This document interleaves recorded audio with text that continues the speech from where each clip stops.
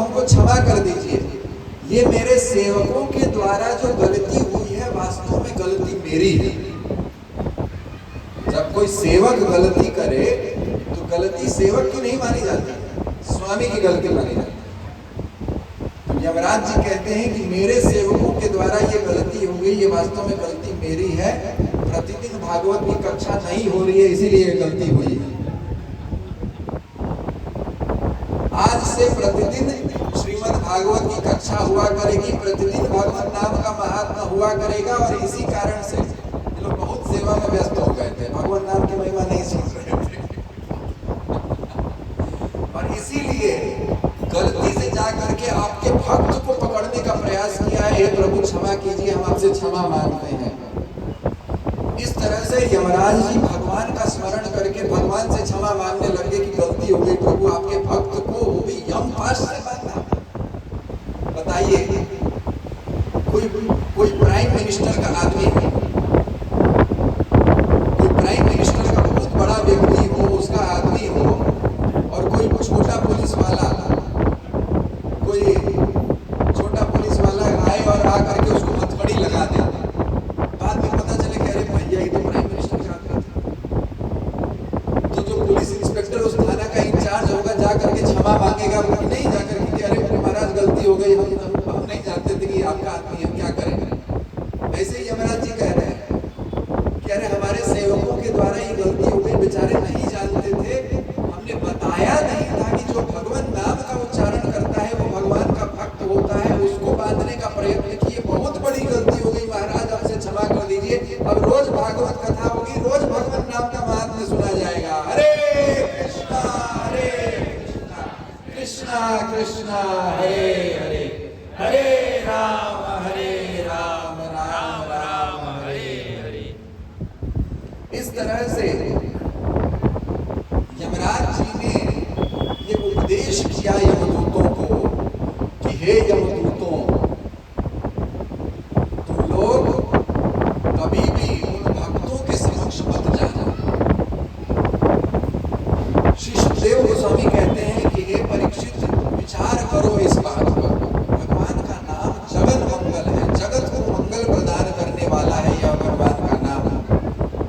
महान से महान पापों को नष्ट कर देने वाला है। सुखदेव गोस्वामी कहते हैं, जो लोग बार बार भगवान के उदार और कृपापूर्ण चरित्रों का श्रवण करते हैं, उनके हृदय में प्रेम भई भक्ति मिलित हो जाती है। और वह शुद्धि, जो शुद्धि भगवान की भक्ति के द्वारा, भगवान की कथा के द्वारा और भगवान के नाम के द्वारा होती है, वैसी शुद्धि चंद्रायण इत्यादि व्रत के द्वारा नहीं होती। ऐसा सुखदेव गोस्वामी ने निर्णय किया है। तब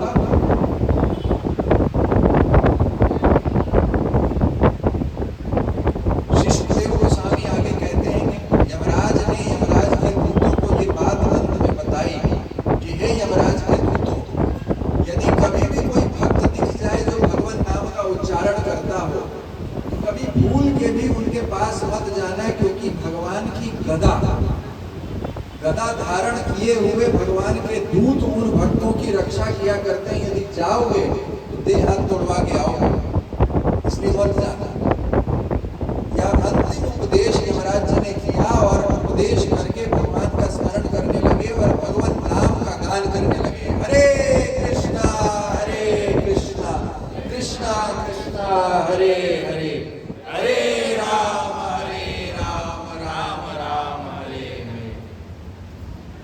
कहते हैं भगवान श्री परीक्षित महाराज को श्री सुखदेव गोस्वामी कहते हैं कि इस प्रकार यमदूतों ने जब यमराज जी के मुख से, अपने स्वामी के मुख से भगवान नाम का महात्म्य का स्मरण किया तो उनको आश्चर्य की सीमा नहीं है।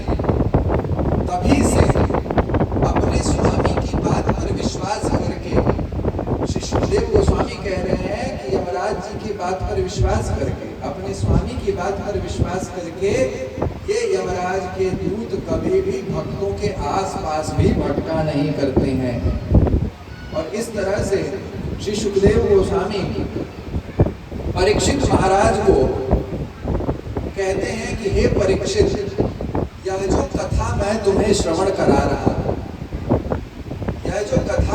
श्रवण करा रहा हूँ अजामिल का इतिहास और यमराज और यमदूतों का संवाद, यमदूतों और विष्णुदूतों का संवाद, और अजामिल का भगवान के धाम को जाना। या जो कुछ मैं तुमको श्रवण करा रहा हूँ, ये सारी कथा मैंने स्वयं कुंभ से उत्पन्न हुए, कुंभ से जन्म लिए अगस्त्य मुनि से श्रवण किया था। अगस्त्य मुनि जब शालिग्राम शिला का पूजन कर रहे थे, तब अगस्त्य मुनि ने इस कथा को श्रवण कराया था मुझे। और बार बार अगस्त्य मुनि शालिग्राम का स्पर्श कर करके कहते थे कि हे शुकदेव, इस कथा पर विश्वास करना